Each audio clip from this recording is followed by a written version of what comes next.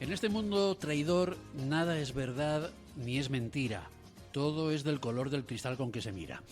El famoso verso de Ramón de Campoamor tiene una traducción prosaica en la frase "nada es lo que parece". Frase que nos viene como anillo al dedo para esta edición de Universo Universitario. Porque la investigación, por ejemplo, no se hace solo con probetas y batas blancas, como pudiera parecer. Ni las relaciones internacionales cabe contemplarlas solo desde la fuerza o la sumisión. Por eso Universo Universitario aborda esta vez los esfuerzos intelectuales por desentrañar los misteriosos lazos, muchas veces cortados, que ligan ética y economía, y también la sutil forma de ejercer la diplomacia de los cónsules honorarios. Les saluda Vicente Climent. Comenzamos.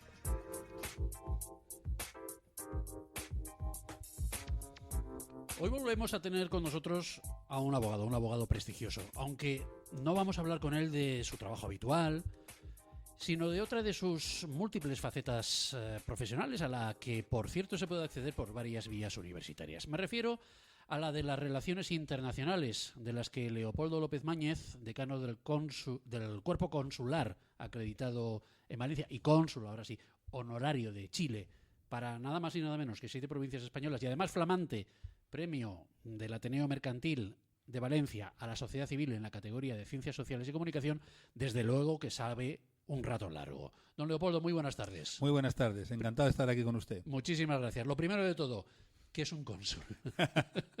Porque estamos acostumbrados al embajador, la figura del embajador, incluso se le han dedicado series de televisión, pero el cónsul, ¿qué es? Lo podemos resumir que el cónsul es la persona que se encarga, valga la redundancia, de las personas. El embajador es la persona que políticamente representa al país. Si el rey de España tiene que marchar a cualquier país del mundo, lo recibe el embajador y políticamente le va a hacer todos los contactos políticos, entrevistas, etcétera. Ahora bien, que no acuda ningún estudiante que nos está escuchando que pierda el pasaporte a la embajada, que el embajador no sabe cómo se hace un pasaporte. Es decir, esa tarea es la que nos toca a nosotros, de atender a las personas, de efectuarle su certificado. Ahora estamos en época que viene mucho estudiante para hacer sus visados de estudio. Esa labor la hacemos nosotros, o sea, el trato con la persona. Trato con la persona muchas veces muy agradable, pero también tratos desagradables. Defunciones, desaparecidos, gente con maltrato, pues toda esa labor nos cae a nosotros. ¿Y los cónsules honorarios? Igual que los de carrera. Tenemos las mismas funciones. El país, ¿qué hacen los países? España también, España también. En función del país que va a recibir, nombra un cónsul de carrera o un cónsul honorario. Me explico. Seguro, no lo sé, pero seguro que en Lisboa hay un cónsul de carrera de España por la proximidad. Igual que lo tiene que haber en Roma, lo tendrá que haber en París y evidentemente lo tiene en Londres. Sin embargo, si ahora estamos hablando, y voy a hablar de Europa, en Serbia, en Croacia, pues posiblemente sean cónsules honorarios. ¿Por qué? Porque claro, al cónsul de carrera le pagan su estancia, sus viajes, su oficina. Yeah. Y los honorarios humildes de nosotros no cobramos, ¿no? Esa es la pequeña diferencia. Lo que pasa es que me imagino que no cualquiera puede ser un cónsul honorario. Tendrá que ser una persona de un cierto prestigio en el país al que se quiere, con lo que se quiere tener la relación, ¿no? Me imagino. Sí, en su caso está más que demostrado, pero me imagino que en el del resto de sus colegas era algo parecido. Sí, cuando un país dice, bueno, necesitamos por la cantidad de población de residentes que hay en una zona geográfica determinada un cónsul honorario, pensemos en la Puglia en Italia o pensemos en, qué sé yo, en cualquier región, ¿no? ¿Qué hacen? Pues evidentemente se informan, buscan una terna o 5 o 6 o 7, miran sus currículum, hacen, como se decía antiguamente, un peinado policial, que no tengas antecedentes penales, que no hayas tenido no solo antecedentes penales, en fin, no tengas morosidad, en fin, que sea lo que se dice una persona normal, una persona que tampoco exigen demasiado. Y preferiblemente si tiene conocimiento de leyes, porque después en el desarrollo de su trabajo va a tener que hacer poderes, va a tener que intervenir operaciones, va a tener que legalizar y emplear mucho terminología o alguna parte de terminología jurídica. Entiendo de todas formas que un cónsul honorario es casi un cónsul bidireccional, ¿no? Porque es del país al que se representa, pero también del país en el que es representado. Lo es. Y lo es por la siguiente razón. Porque un cónsul honorario tiene por nacimiento la nacionalidad del país en donde está ejerciendo la función en función del país que lo ha nombrado. Pero claro, con los cónsules honorarios que estamos en Valencia, somos valencianos y como usted comprenderá, Si tiene que ir un estudiante valenciano a Chile, que es mi caso, pues aquí estoy para ayudarle. Si va una empresa, aquí estamos para ayudar. Al final nos convertimos un poco en embajadores, nunca mejor dicho la palabra, en embajadores de nuestra propia ciudad en el extranjero. Por ejemplo, la Ciudad de las Artes y las Ciencias se ha conocido, aparte de los esfuerzos que haría la propia ciudad, por la labor de los cónsules de publicitar que existe. El Palau del Sart, el Palacio de Norman Foster, el Palacio de Congresos. Quiero decir, y así, muchas cosas. Con el tema de las fallas patrimonio de la humanidad, hemos puesto de una forma silenciosa, gratuita, y que yo creo que ni el ayuntamiento lo sabe, nuestro granito de arena para ayudar y para decir, bueno, este es un tema bueno para Valencia.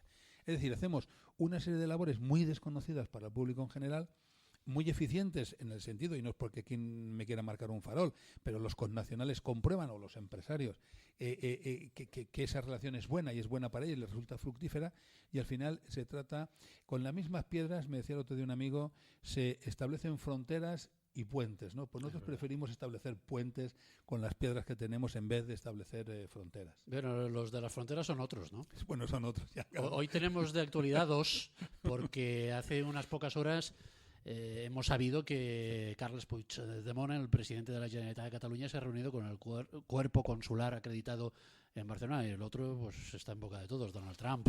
Bueno, vamos por partes. Primero Puigdemont. Esto será un compromiso, me imagino, para los cónsules. No, porque, claro, el Estado es... y el señor Puigdemont, en el fondo, es representante del Estado en Cataluña. Ya, es decir, vayamos por partes. Si a mí mañana o a nosotros mañana el presidente Puig nos convoca... Puig, el de Valencia. El de Valencia nos convoca, por educación, por cortesía y tal, hay que ir a hablar con el presidente Puig y a escuchar lo que el presidente Puig nos quiera decir, nos guste o no nos guste.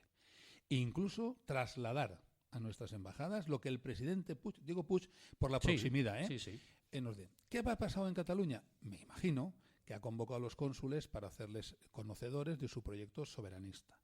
Los cónsules no pueden hacer otra cosa que transmitir a sus embajadas, que son los políticos, el proyecto. Ahora bien, lo que no deben y no pueden los cónsules catalanes es comprometerse a ninguna otra cosa que no sea transmitirlo a la nación.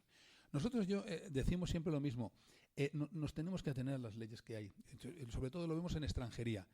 Si no nos gustan, peleemos para cambiarlas. Claro. Peleemos. Nosotros hemos peleado, los cónsules, por cambiar muchas cosas, y muchas cosas se han cambiado a lo largo de estos últimos 20 años en cuanto a todo el tema de inmigración, de documentación, de muchas cosas, de forma silenciosa. Pero si la ley está, pues la ley hay que respetarla. Si la ley dice usted tiene que estar en un país X tiempo, no puede estar más de ese tiempo. Ojo, otra cosa es que nosotros seamos responsables, que a lo mejor es poco tiempo, hablemos con los responsables, oye, estudiar la posibilidad de ampliar, etcétera, etcétera. Entonces, con Puigdemont, pues me imagino que está dentro de su programa, pues tratar a los cónsules como embajadores, es decir, los representantes extranjeros en su territorio, que no lo son. Lo son, sí, en cuanto a los nacionales a los que atienden, pero no en cuanto a la representatividad estatal. Y bueno, me imagino que la reunión habrá sido para eso.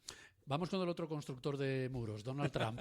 ¿Le ha sorprendido la reacción de la Unión Europea, que en las últimas horas ha endurecido mucho su mensaje con respecto al flamante presidente norteamericano, o estadounidense, para ser más preciso? Sí, yo quiero decir, mire, en cuanto al tema político, repito, está la embajada para poderse pronunciar si le parece bien o no. Yo a nivel particular, vengo observando que no solo con Trump, con muchas personas se les está juzgando por lo que dicen y no por lo que hacen. Y yo creo que hay que esperar a que la gente haga lo que tenga que hacer. Entonces, la Unión Europea, es que Trump es enemigo de la Unión Europea. Y repito, estoy hablando a título particular. Sí. Pues evidentemente, si lees las declaraciones, alguna de las cosas que ha dicho la Unión Europea puede que no le gusten. Pero es que no es lo mismo decir las cosas que hacerlas, don Vicente.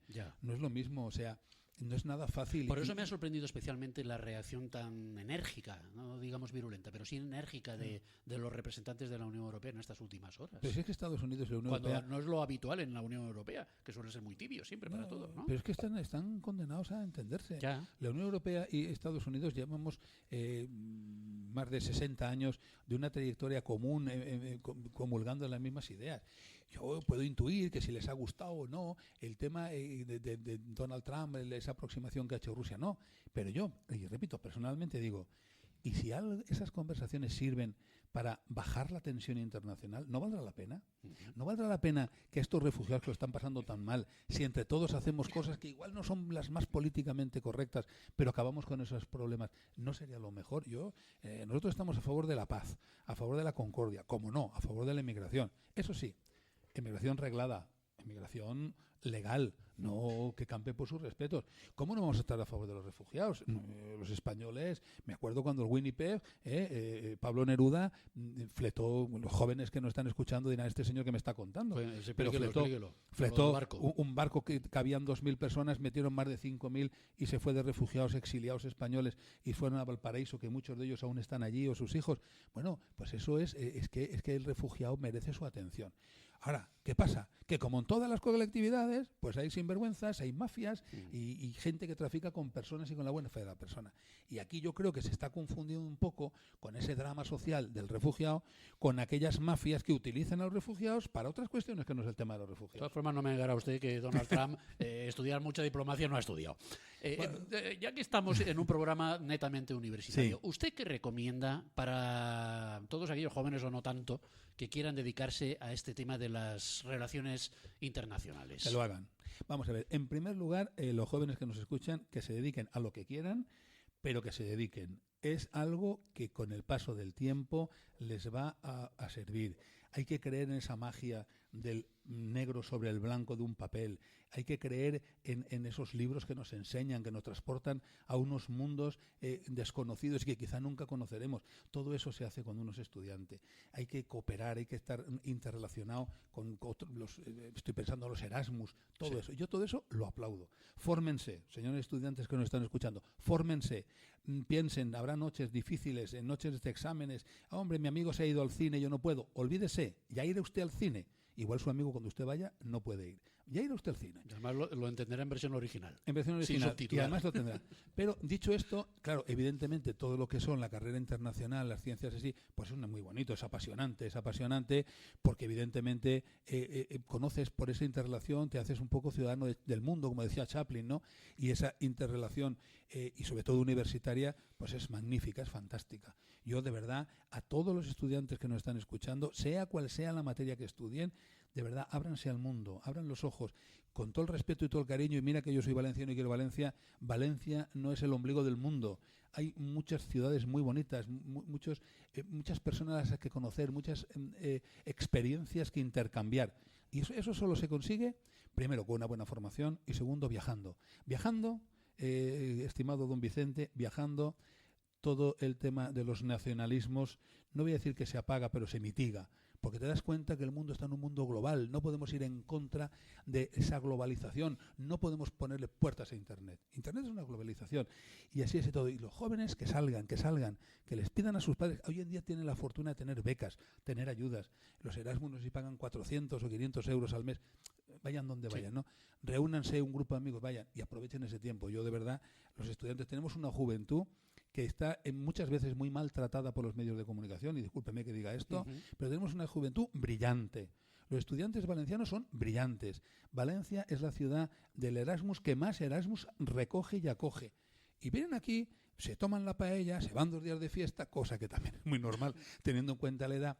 Pero esas personas serán los políticos, los primeros ministros, los jefes de empresas, los directores financieros, los directores ejecutivos, y siempre recordarán que han estado en Valencia. Y si un valenciano hoy se ha ido a tomar una copa, y no hago proselitismo del alcohol, que estoy en contra total del alcohol, pero pongamos una cerveza sin alcohol, que eso queda muy bien, se ha ido a tomar una cerveza sin alcohol con un ruso, una árabe, de la religión o nacionalidad que sea, quién sabe si pasando 15 años o 20 años van a confluir y se van a ayudar mutuamente. Por lo tanto, los estudiantes, de luego, no saben, y no sabéis, estudiantes que nos oís, la fortuna que tenéis en este tiempo que tenéis, aprovecharla y, desde luego, expandiros, que es lo más importante. A mí me tiene impresionado su currículum, porque está usted en el Comité Científico del Instituto de Estudios Estratégicos e Internacionales. Sí. Ha representado al cuerpo consular español en al menos 3 congresos mundiales de cónsules. Sí. Está usted también en la Federación de Cónsules Honorarios de Europa. Ha sido o es representante de la Federación Europea de Cónsules Honorarios para España, Portugal y países ribereños del Mediterráneo. Tiene una orden, es usted comendador de la Orden de Bernardo O'Higgins de Chile. Bueno, y tiene este premio reciente del Ateneo de Valencia. como embajador de lo valenciano fuera, Sí, que es sí. un poco lo que comentábamos antes, esa bidireccionalidad. Sí. Bueno, todo este currículum... Vicente, primero eso es me una parece vida. impresionante, pero después, ¿qué se puede hacer desde esos puestos que me imagino que será mucho Mucho. por estas relaciones internacionales en los dos sentidos? Mucho, vamos a ver. Es un currículum, eso son en 2 segundos, 27 años de vida. Ya, ya. Es decir, que no es una cosa que venga ahora, ¿no? Muchas cuestiones, yo ahí diría muchas cuestiones. En primer lugar, en cuanto a todo el tema de los representantes europeos, yo estuve en un congreso en Sibiu, en Rumanía, y en ese congreso estuvimos reunidos y salieron las distintas sensibilidades europeas. Los centroeuropeos, los de religión musulmana, los cristianos, los receptores, los países con tradición receptora de emigrantes, los países con tradición exportadora, y allí, pues hombre, no es que no nos pudiéramos de acuerdo, pero cada uno, según sensibilidad, hablaba de lo mismo. Dijimos, este tema hay que debatirlo en profundidad, porque esas personas sí que son ámbito de nuestra competencia. Y celebramos un congreso aquí en Valencia, en La Lonja, que además he de agradecer a las autoridades valencianas las ayudas que nos prestaron, desde el alcalde, a los que se encargan de turismo, a CDT, en fin, a todos ellos. Y ahí pudimos debatir, y ahí es cuando se vio la necesidad de que los países del Mediterráneo tenemos una sensibilidad distinta y tenemos que defender en los foros en los que estemos la sensibilidad mediterránea, que se comprende de dos partes. Primero, siempre hemos sido exportadores, y permítanme la expresión, de migrantes, y segunda, estamos siendo receptores ahora de migrantes, cosa que distinta en otros países. Con ocasión de eso tuvimos ocasión de estar en octubre o noviembre en la sede de la Comunidad Europea, y entonces pudimos exponer, y tenemos un compromiso por parte de la Unión Europea que va a modificar ciertas legislaciones. Entre otras cosas, van a crear ellos un comisionado específico, consular, en fin, un proyecto muy bonito que no quiero avanzar porque tampoco no está el tema totalmente cerrado, ¿no? En cuanto al resto de Valencia, por ejemplo, yo he estado, esto surge, me dieron la orden de comendador y todo esto. Bueno, yo hermané, tuve la suerte y la fortuna de negociar y consensuar el hermanamiento con la 12ª región de Magallanes y Antártica chilena, que es la del sur de Chile. Bueno, y yo voy allí y me veo en un sitio que es en Porvenir, en una provincia que es Porvenir, capital Puerto Natales, y me veo que están jugando con unas garrabanzos y una baraja de cartos y se están haciendo señas como guiarse un ojo, como cogerse los labios, y yo digo, esto me suena. Los jóvenes igual no saben, pero los que nos estén escuchando más mayores sí. Resumidas O el cuentas, humus o el truc. me senté y era el truc. El truc. Y allí se llamaba el truco. Y nunca sabían ellos de dónde en Gaitas había venido el truco. Pues mire usted, el truco es el truc valenciano, y cuando vieron que no se podían imaginar, que era mi primer viaje allá, que me puse a jugar con pequeñas diferencias, pero era el truc, Sí. pues claro, pues ¿cómo no vas a Todos tener estos puentes? años esperando que llegara que Leopoldo yo iba a López para explicarles lo que estaban jugando. De verdad, es algo curioso. Y claro, y entonces estableces pues esos puentes, estableces esas comunicaciones entre los dos países, y esto, mira, ahora va a ser en el año 2019, se celebra el 5º centenario de la primera circunnavegación de la Tierra por Hernando Magallanes, y en el 2020 el descubrimiento de Magallanes, tal, que hay una red de ciudades. Bueno, pues vamos a ver ahí qué hacemos, vamos a ver ahí, la sede está en Sevilla, está en Sanlúcar de Barrameda, también es una ciudad que está comprometida. Guetaria ha solicitado su inclusión, está Punta Arenas, está Porvenir, son ciudades chilenas. Bueno, pues vamos a ver lo que hacemos ahí. Y evidentemente cuando yo voy a Chile, a mí no me preguntan por Chile. Oiga, Valencia, ¿qué es? Oiga, eso de los, y permítame de los monitos, se refieren a los ninots. Eso de los monitos, ¿qué es? Porque allí a los ninots le llaman monitos. Sí. Y explicas lo que son las fallas, y explicas lo que es nuestra cultura, y explicas cómo se come. Es que aquí hacemos arroz a la valenciana. La paella en Chile se llama arroz a la valenciana. Digo, mire usted, habrá que quitar algún producto de ese arroz a la valenciana porque esto no es paella. Pero bueno, me refiero que eso es lo que se hace. Todos los años se planta una falla en Santiago. Está la representación de Casa Valencia en Santiago, con su fallera mayor, con su cortona, que vienen aquí con el avión fallero. Sí. Al final, cuando vas allí, de que hablas de Valencia, no hablas de Chile, hablas de Valencia, porque es lo que te preguntan y es por lo que se interesan. ¿Y seguimos teniendo buena imagen o los últimos tiempos ha cambiado eso con los casos de corrupción tan aireados en el resto de España? Es que una cosa es leer la prensa española y otra cosa es leer la prensa extranjera. En primer lugar, España sale en la prensa extranjera lo que sale, y las noticias que salen son las que salen.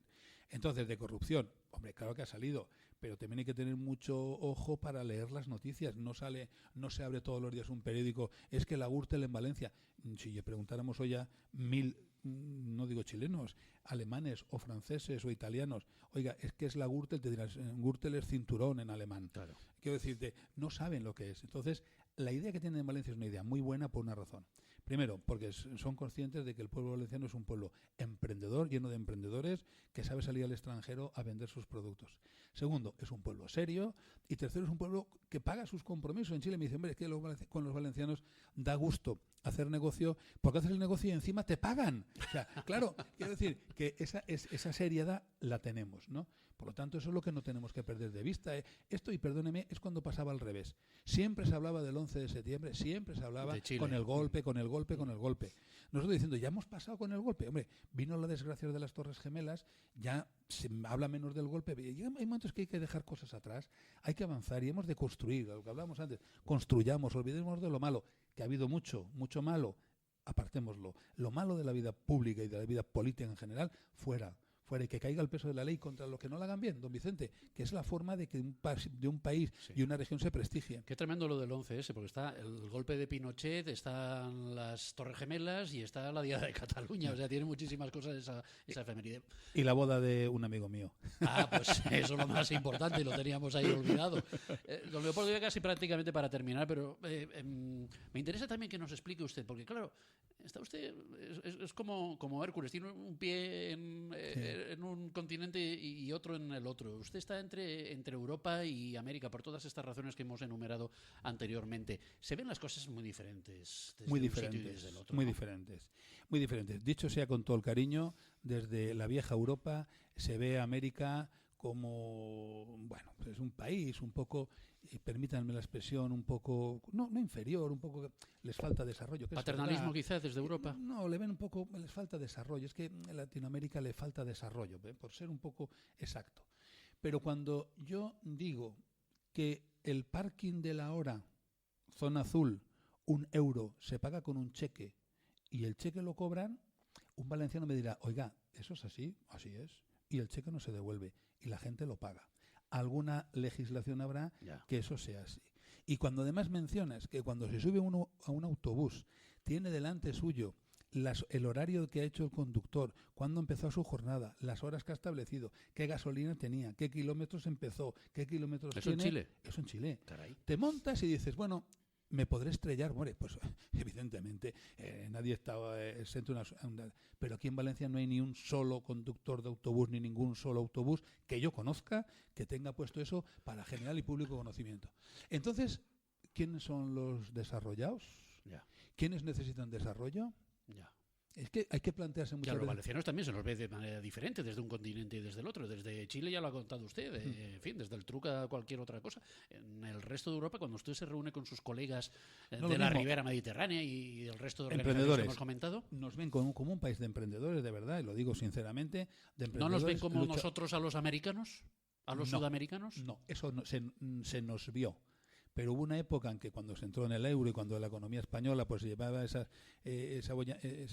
tema que evidentemente no. Además, el turista español, y vuelvo a decirlo, dicho sea con todo el cariño, ha pasado de ser un turista que a lo mejor tenía la tentación de llevarse una pegatina de un comercio, y hoy en día el turista español y el turista valenciano es un turista que se deja mucho dinero por ahí. Es un buen turista, una persona querida. Nuestro nivel de conocimiento ha avanzado una barbaridad, nuestro nivel de idiomas. Entonces, claro, ya los valencianos y los españoles en general son bien queridos por ahí por España. Aquí hacemos las cosas bien. Y entonces esa apreciación, repito, la tenemos aquí. Siempre ha habido el norte y el sur, en todas partes del mundo, siempre norte, sur, norte, sur.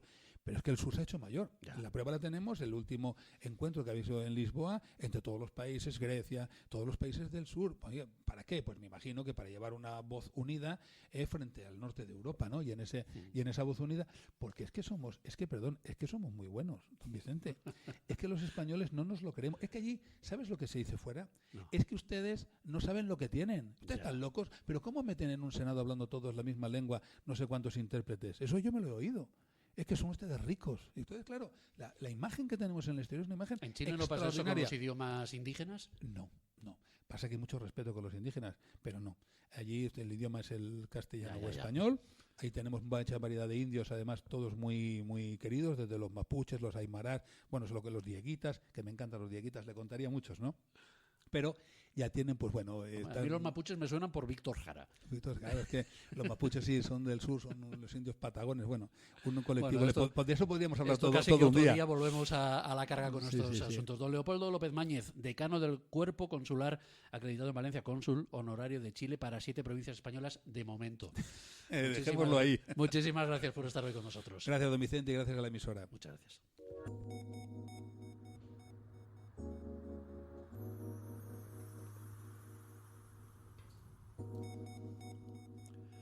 Son tiempos difíciles, siempre lo son, para la ética. Son tiempos complejos, cada vez más, para la economía. Parecen tiempos imposibles para una economía ética que por momentos deviene más bien en una ética económica, por no decir una ética barata, devaluada. Y sin embargo, ocasionalmente pues surgen iniciativas como la que les vamos a presentar a continuación, el Instituto Universitario de Ética del Comportamiento Económico de la Universidad Católica de Valencia, del que es profesor nuestro siguiente invitado, Francisco José Lara. Señor Lara, muy buenas tardes. Muy buenas tardes. Además es todo un lujo y toda una oportunidad poder contar con usted, porque se pasa la mitad del tiempo aquí y la mitad en Estados Unidos. Mitad en Washington, mitad en Valencia, ¿dónde mejor? ¿Y dónde está la cosa más ardiente económica y éticamente hablando? Ahora entraremos en detalles, pero como aperitivo. Pues claramente está en Washington toda la polémica, toda la discusión, toda la novedad, pero también yo creo que aquí en España y humildemente desde la universidad queremos aportar nuestro granito de arena a partir del Instituto de Investigación de Ética Económica, que como bien sabes, Vicente, pues fundó el catedrático, el profesor don José Tomás Raga, a quien le debo una admiración y un cariño especial, ¿no? Todo un personaje, sí señor, y una eminencia en la materia. El instituto, como usted bien dice, se dedica básicamente a la investigación. ¿Qué se puede investigar en materia de ética económica? Pues bueno, es una muy buena pregunta. O sea, la investigación en ética económica daría para tesis doctorales. De hecho, es uno de los objetivos del instituto, la investigación más profunda, más teórica, pero nos gusta combinar, como muy bien dice el nombre del instituto, la ética con la economía, con el mundo de la práctica, con el mundo de la economía, de las realidades más ordinarias. Como bien sabe, la economía viene de la gestión de lo doméstico, ¿no? de la familia, de la casa, ¿no? Entonces nos gustaría investigar, por un lado, la parte, temas de investigación que estamos trabajando desde el instituto son todo lo que se refiere al comportamiento ético del consumidor, temas de liderazgo ético y temas de coaching. También estamos investigando el impacto que tiene la ética en el liderazgo político, así como los aspectos que llamamos en inglés el cross-cultural management, que son aspectos de qué diferencias hay entre distintas culturas y cómo afectan a la dirección de empresas y por qué hay que tener en cuenta, por ejemplo, cuando hablamos de alumnos de MBA, alumnos que están terminando sus másters, cómo influye el perfil cultural, los valores que tiene en cuenta una corporación, ya sea americana, ya sea europea o española, a la hora de seleccionar a sus candidatos para esos puestos de dirección normalmente, ¿no? Entonces, tanto para la empresa es importante saber el perfil del candidato, cómo afecta el aspecto cultural, el aspecto de la ética práctica cultural, como desde el punto de vista inverso, desde los candidatos cuando van a solicitar un puesto de trabajo en una empresa multinacional americana, pues hay que tener en cuenta que la cultura americana es muy diferente a la cultura desde luego europea. Y cada vez más. Vamos por partes, que diría ya que el destripador. Los consumidores, ya que los ha citado, ¿de qué forma pueden ejercer su vertiente económica, no sé, como compradores, por ejemplo, de una manera ética? ¿Esto consiste en elegir determinadas marcas y no otras en función de determinados parámetros? Eso es muy interesante. El comportamiento del consumidor, por mi experiencia, llevo, como digo, 3 años en Estados Unidos, es muy diferente en países con una cultura más económica o más capitalista, si queremos, como sería la cultura americana, de países o culturas más humanistas, más como sociales, como la europea. El comportamiento, por ejemplo, del consumidor americano claramente influye en la toma de decisión del producto de compra. Si una empresa está financiando campañas que no son éticas, los consumidores se agrupan, tienen una mayor fuerza de representación y dejan de comprar, hacen campañas explícitamente en contra de esas Se me marcas. ocurre un ejemplo concreto, una firma de hamburguesas que iba a anunciarse en la Super Bowl y al final, como era sexista el anuncio que querían emitir en televisión, parece que, no sé si por acción de los consumidores o de algún organismo vigilante de estas cosas, al final ha tenido que dejarlo. Efectivamente, así ha sido. Y en cambio aquí en Europa, ¿cómo funcionan las cosas en ese terreno? En Europa yo creo que está más... están más...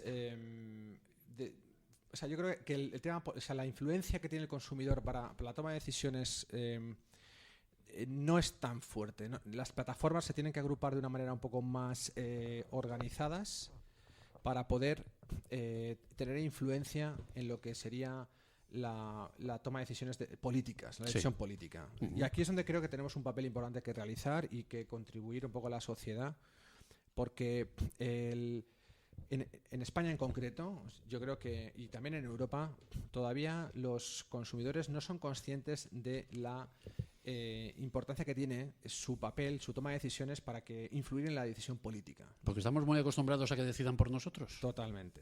O sea, yo creo que en España en concreto la ciudadanía hasta recientemente, ¿no? Que ya ha habido ciertos movimientos un poco más populistas, es cierto, ¿no? Pero que han cogido, han levantado ese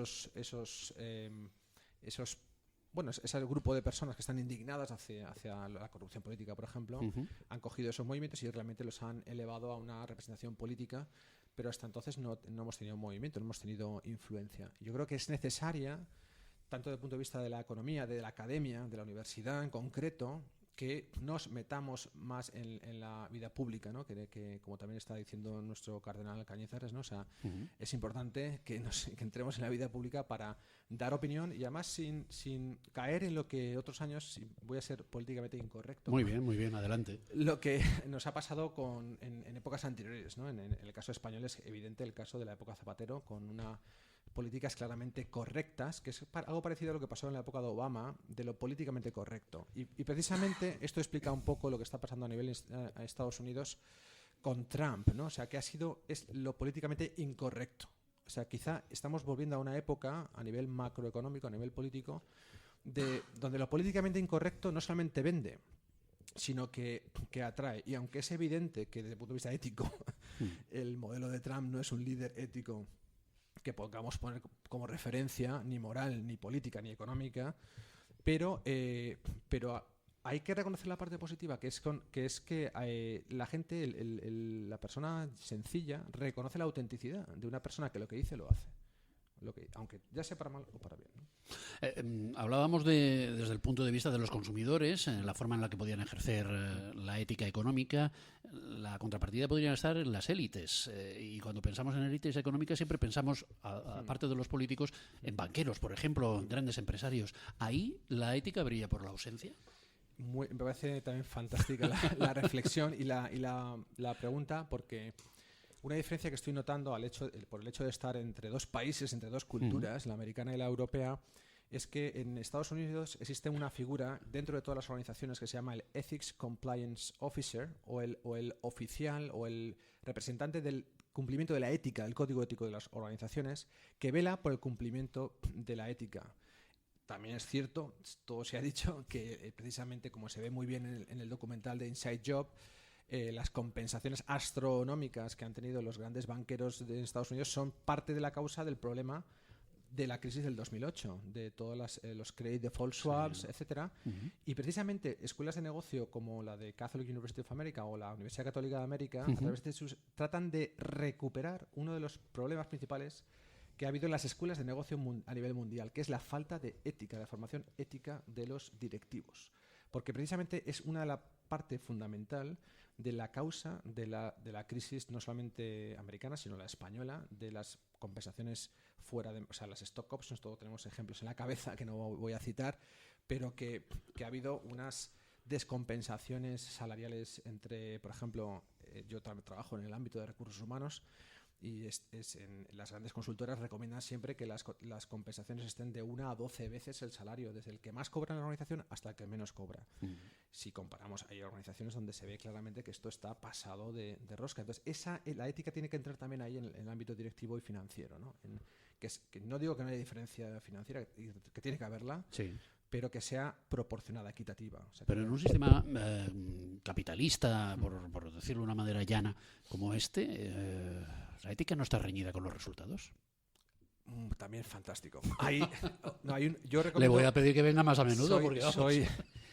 soy un forofo hay un libro, yo recomendaría aquí muchas referencias bibliográficas, ¿no? Pero te recomiendo especialmente un libro que a mí porque trata ese tema que acabas de preguntar, que es el libro que se llama Business Ethics in Action, o sea, la ética de los negocios aplicada a la acción directiva, que escribe el profesor Domenech Melé del IES, y trata, normalmente, habla del oxímoron, de la contradicción entre el término ética económica. O sea, si es económica no es ética, si es ético no es económico. O sea, como que hay una paradoja en ese ámbito. Y es muy interesante porque existe como tres visiones. Cuando hablamos de ética en los negocios, normalmente hay una primera aproximación es que tenemos que hablar de ética en los negocios porque tenemos que recuperar la imagen corporativa. Ha habido un escándalo ético en una organización y tenemos que recuperar esa imagen. Entonces, hay una segunda visión que son los forofos, los creyentes, que digo yo, ¿no? Los believers, que son los que, pase lo que pase, sea lo que sea, creemos que la ética es fundamental. Acabamos desvirtuamos el negocio, desvirtuamos la empresa, porque la empresa necesita de beneficios y hay veces que tienes que tomar decisiones muy duras, como puede ser una reestructuración de personal y hay contradicciones, pero si solamente somos unos believers, que digo yo, al final la empresa desaparece. Ya. O sea, y es peor. Entonces hay que encontrar el término medio, ¿no? O sea, la ética no va reñida, creo yo, de la economía, y yo creo, para entender esto hay que empezar por entender qué pensamos que es la ética. Y yo, como dice el profesor Melé, en contra de lo que dice la profesora de la Cortina, no hablo de una ética de mínimos, de una diferencia entre lo bueno y lo malo y vamos a buscar el mínimo para funcionar. No, yo hablo de la ética como la diferencia entre lo bueno y lo excelente. Ajá. O sea, la ética se debería, en la empresa sobre todo, parto de que estamos, no una ética legalista, que es lo que tenemos en Europa, una ética basada en que lo que es legal es ético y lo que no es legal no es ético, cuando todos sabemos que hay muchos casos en donde hay temas legales que no son éticos y al revés, cuestiones ilegales que desde el punto de vista ético plantean sus dudas y muchas veces son éticas, asumiendo las consecuencias. Y por eso plantea el profesor Melé, y yo lo apoyo, lo secundo, que la ética debería centrarse más en la diferencia entre lo que es bueno y lo que es excelente, el mejor comportamiento posible.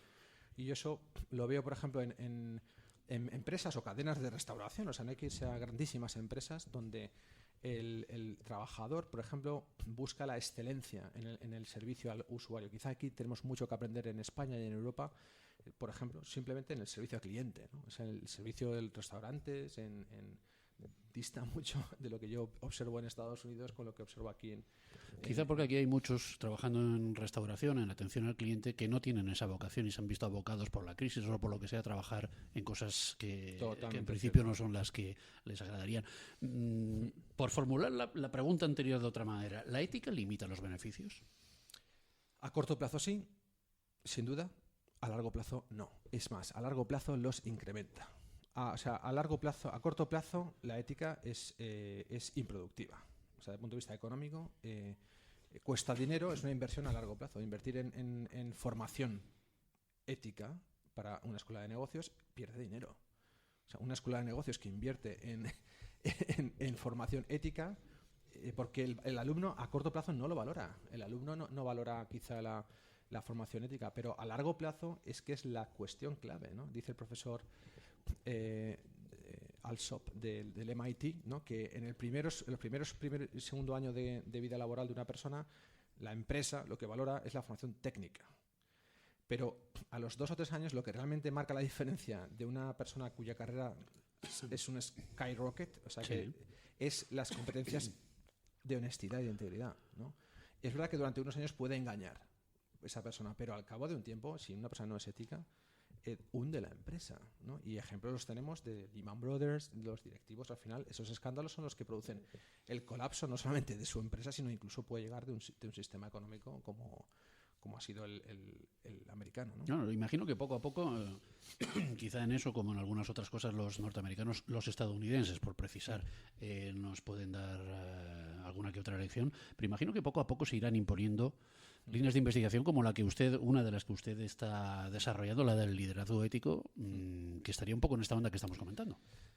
Efectivamente, te voy a contradecir un poco porque pues los americanos nos dan lecciones en muchas cosas, pero quizá en el tema de la ética empresarial no han sido los mejores. No, me refería ejemplos. a nivel universitario o a nivel sí. académico más que a nivel práctico. Ahí sí, efectivamente, es más. Lo digo porque ellos dudoso. han sido los primeros que se han dado cuenta de la falta de ética en su formación directiva y por eso ahora sí que están introduciendo la formación de ética empresarial. Esto del liderazgo ético precisamente es una de las cosas que está haciendo usted allí, ¿no? Es una línea de investigación que llevo ya trabajando unos 3 o 4 años y que por primera vez trato de combinar 2 modelos teóricos, como es el liderazgo ético de Linda Treviño y Brown, con el modelo de coaching ejecutivo de Sherman y Frias, que son un profesor de Harvard Business School, y Linda Treviño es de la Wharton School of donde estudió, por cierto, Donald Trump.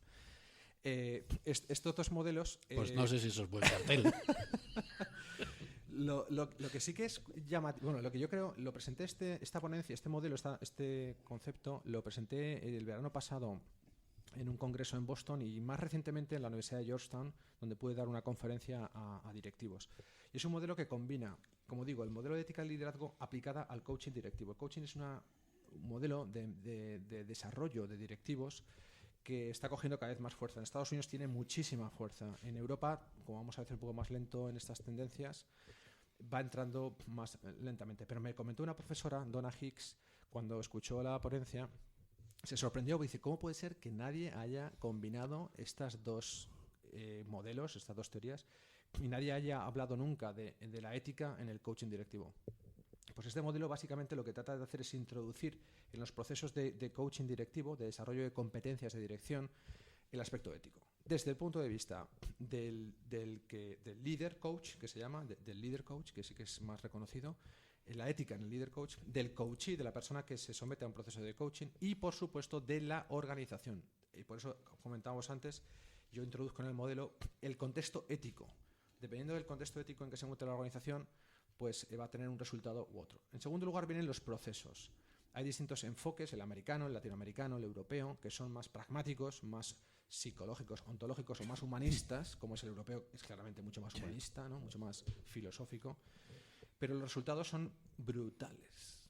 Los resultados, en función de que se aplique uno u otro modelo, tanto a nivel individual como a nivel de equipos y de organización, no solamente mejoran la satisfacción, la productividad, que para mí es el mínimo, o sea, esto tiene que mejorar la productividad de la empresa a largo plazo, porque si no, sin beneficios la empresa se cierra claramente, pero es que vamos a resultados que son exponencialmente incalculables, porque al incrementar al introducir la ética, no solamente introduce los beneficios a corto plazo con la mejora de la satisfacción y de la motivación individual, sino que consigues una diferencia importante que es que en inglés, se me sale en inglés. Bueno, vamos a intentarlo.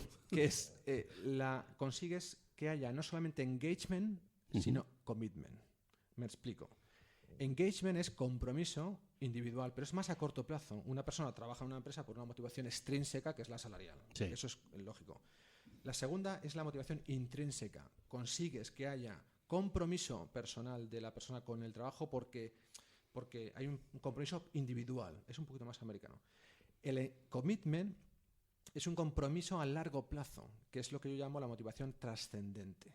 O sea, con este modelo... Esto es casi japonés de los 70. Claro, es la dirección por misiones, ¿vale? Que esto daría para mucho, pero es un modelo más oriental. La dirección por misiones, esa motivación trascendente, realmente copian de los orientales. Hay ahí casi un sentimiento... de pertenencia muy potente, pero claro, los resultados son de máximos, a diferencia de los anteriores que son más de pacto. Y en todo esto, ¿qué papel juega aquí barajando ética y economía y ética?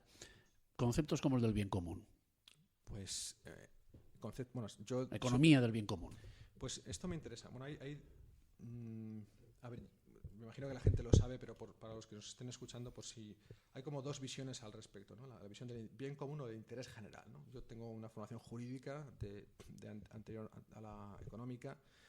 y por interés general es una visión más... El bien común, la economía del bien común, que se trataría de limitar los beneficios y a partir de un cierto punto no luchar tanto por ellos. ¿O cómo podríamos resumir esto para que nos entiendan los oyentes?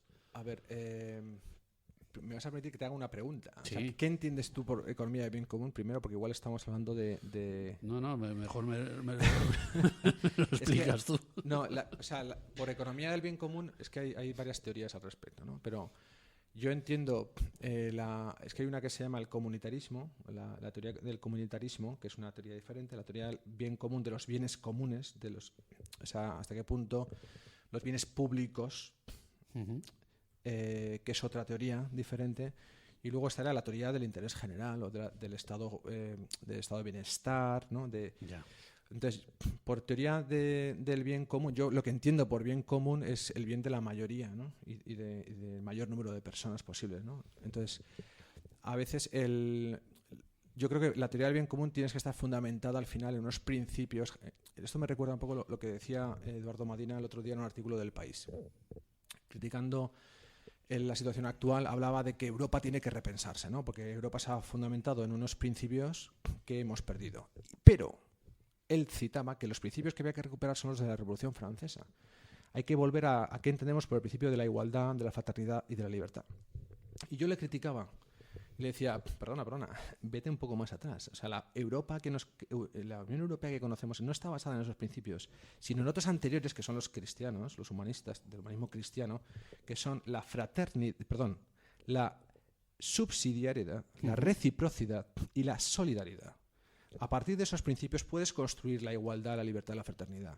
Pero si te olvidas de que antes de... que yo no estoy en absoluto en contra de estos principios de la Revolución Francesa, que ha traído muchos bienes sociales para la mayoría de las personas, para una gran mayoría, pero no nos olvidemos de que antes de eso tiene que haber una reciprocidad. Y esto creo que también explica lo que está pasando a nivel global, lo que hemos hablado antes de Donald Trump. Donald Trump y los movimientos nacionalistas o populistas que están apareciendo a nivel mundial están poniendo en cuestión un principio general que quizá es falso, que es la globalización. Y ahí quizá lo enlazo con lo del bien común. La globalización, hay una teoría que están a favor de la globalización. Digamos, yo me viene a la cabeza Thomas Friedman, del The World is Flat, ¿no? El mundo es plano, que en parte es verdad. Pero luego hay otros teóricos que dicen que el mundo no es plano, que la globalización es un mito, que sigue habiendo diferencias sustanciales a nivel nacional entre países y países. Y de ahí los nacionalismos que estamos viendo que están resurgiendo. Ahí cito a otro profesor, también en este caso del IES, que se llama Pakak Webak, es indio y no sé pronunciarlo muy bien. Pero tampoco esto lo vamos a discutir. No, pero lo demuestra. Hay una TED Talk, una conferencia en las TED Talk, donde explica con datos, que Thomas Friedman no da tantos datos como da este profesor, donde viene a criticar la globalización, pero no de manera destructiva, sino constructiva. Es decir, el mundo no es plano. Ahora, tenemos que construir para que sea... Perdón, el mundo no es global.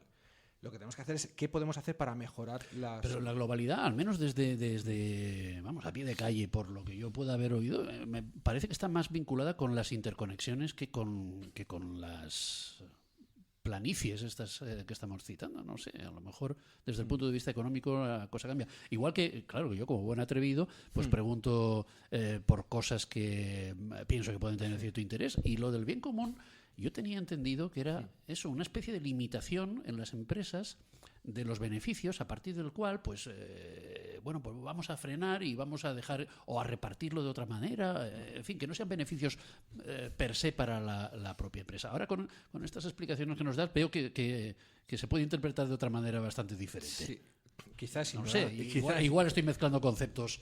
Me vas a permitir, aprovechando que está haciendo, voy a hacer un poco de publicidad. Sí. Aprovechando, no he venido aquí a hablar de mi libro, pero sí que voy a aprovechar. No me parece mal. Creo que tiene mucho, aquí puede ayudar, y perdonar por la autorreferencia, uno de los libros que últimamente me leí hace 2 años, que era el The Catechism for Business, es el Catecismo de los Negocios.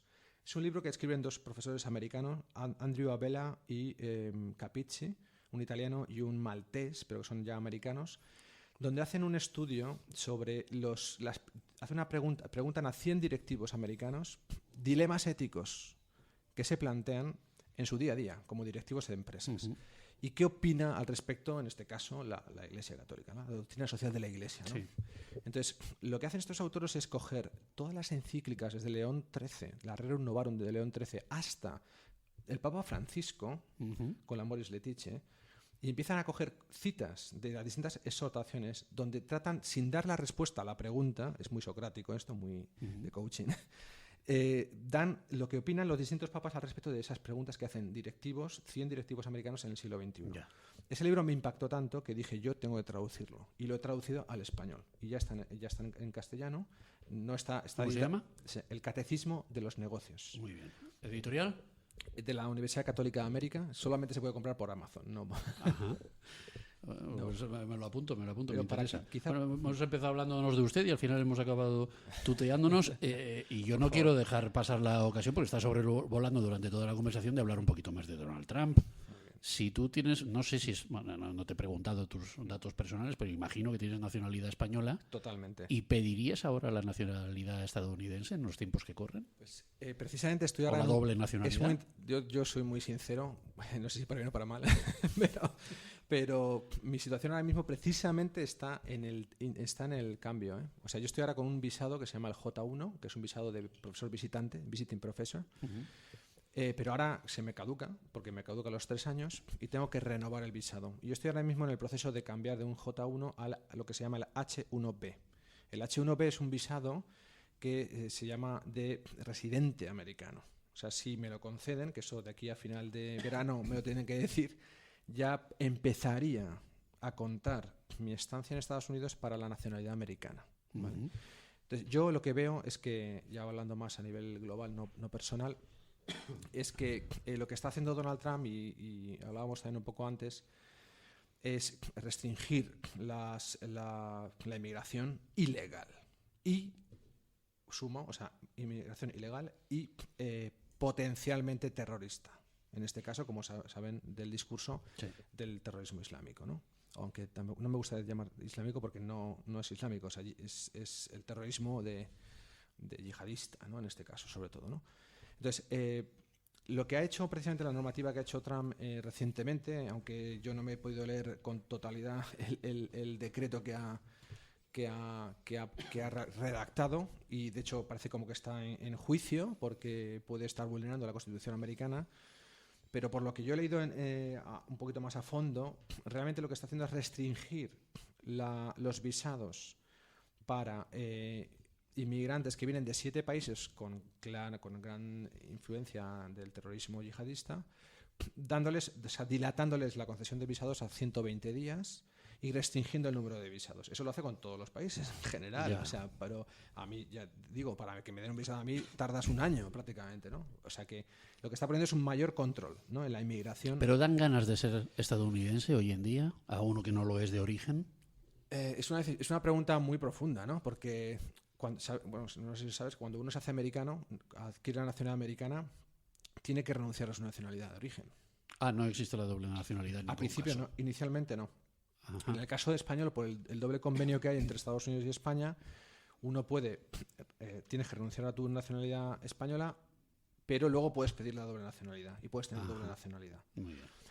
Pero bueno, hay que saber, o sea, cuando uno se hace americano, uno tiene que... A mí se me quedó muy claro. El primer año que estuve allí, yo soy muy crítico con Estados Unidos, aunque ahora cada vez me hago más americano, es verdad, y lo noto, que yo mismo he cambiado mi forma de actuar.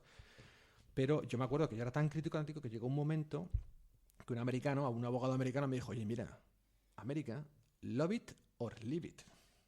O sea, o lo amas o te vas. Pero somos como somos, te guste o no te guste.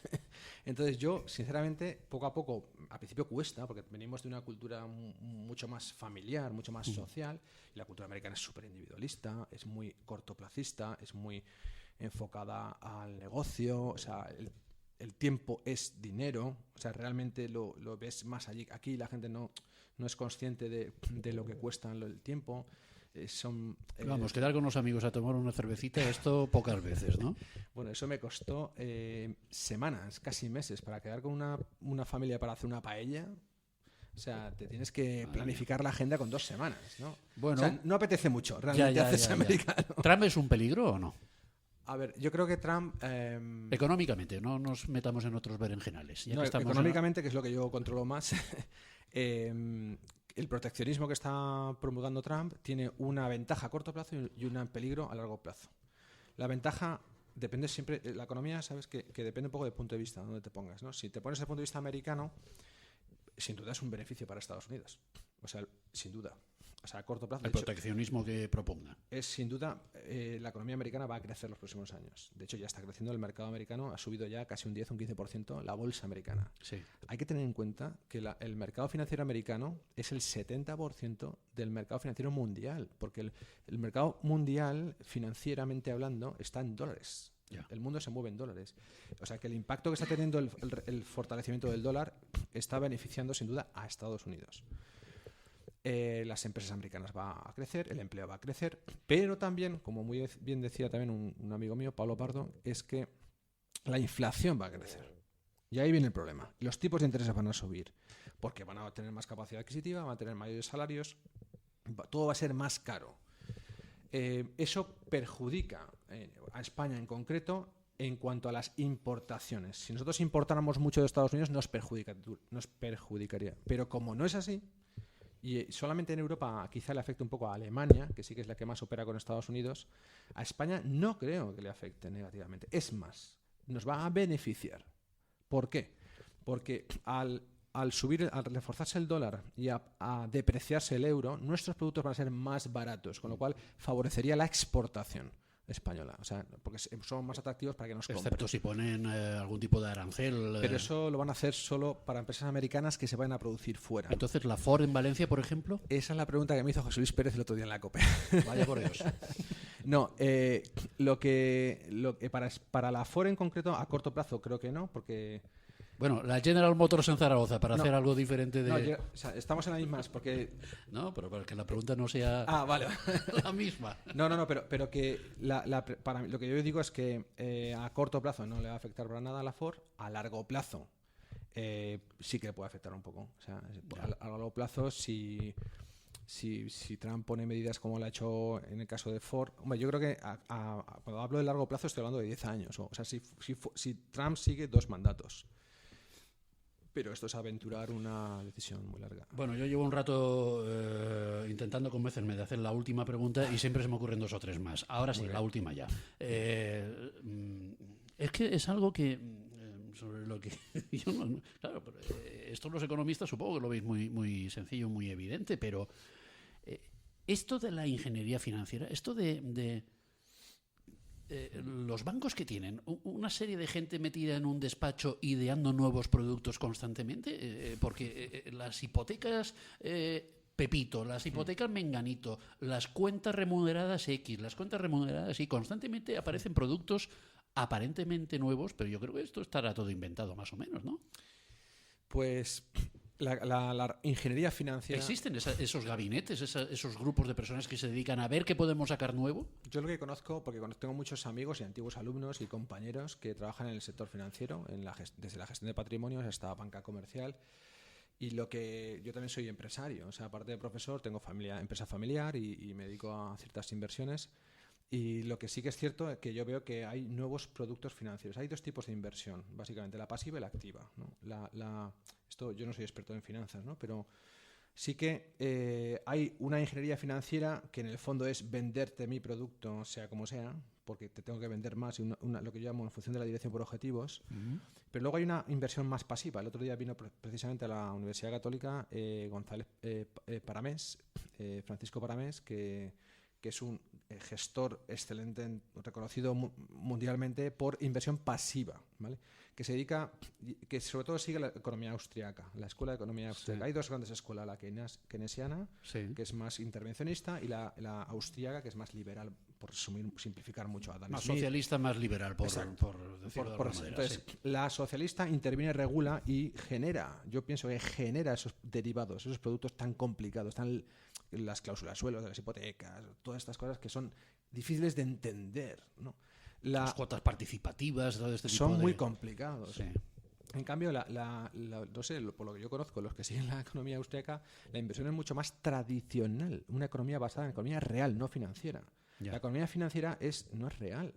¿Y las grandes corporaciones financieras españolas, que son más keynesianas que austríacas? Yo diría que se han basado mucho en inversión pública, en financiarse en grandes proyectos. Los bancos los bancos son necesarios y son fundamentales, pero lo que es verdad que se han salido de su negocio original. El negocio del banco es facilitar la liquidez para la empresa, ¿no? Pero ha habido una desconexión entre la realidad, la economía real, y lo que es la economía financiera. Y de hecho, esto es una cosa, es que yo me enrollaría aquí mucho, porque el problema es que me voy un poco a lo mundial, ¿no? Pero el problema mundial viene de China y Estados Unidos. O sea, la guerra no es con Europa. Europa no pinta nada, con perdón. No pinta nada. La guerra viene entre China y Estados Unidos. O sea, cuando la economía real americana se va a China a producir porque es más barato, es por lo que se queda vacía la mitad de Estados Unidos, ¿no? Es verdad que Estados Unidos se basa en innovación y diferenciación de producto, con las empresas, como todos conocemos, de Amazon, Google o Apple. Pero ¿qué pasa? Que ahora con Trump, a todo esto, como se va, la economía real es la de China, la que produce el producto final, el que está cerca del consumidor. China, que empieza a producir, empieza a tener liquidez, empieza a entrar. De hecho, China ahora es más capitalista que Estados Unidos. China se queda no solamente con la liquidez, sino con una tesorería desorbitada. ¿Qué hace con eso? Comprar deuda pública americana. De hecho, la mayoría de la deuda pública americana la tienen los chinos, ¿no? Entonces, lo que están ahora haciendo, me decía un profesor de NYU, que son muy listos, están transformando la deuda pública americana en acciones de empresas productivas americanas. O sea, están convirtiéndose en accionistas de empresas de economía real, de las que están cerca, las que producen el producto final. Manufactura, coches. Sí. Por eso se entiende un poco más lo de Trump. O sea, porque se entiende que ahora quiera proteger. Claro, que hay un peligro en esa. Porque hay un peligro real. Intervención china. Hay un peligro real a nivel mundial. Bueno, hemos hablado muchísimo de ética, más que seguiríamos hablando, y hemos hablado mucho de economía. Lo que no hemos hecho ha sido economizar palabras. Eso, desde luego que no. Francisco Javier Lara, muchísimas gracias por estar con nosotros. Profesor del Instituto Universitario de Ética del Comportamiento Económico de la Universidad Católica de Valencia. Gracias y hasta la próxima. Encantado.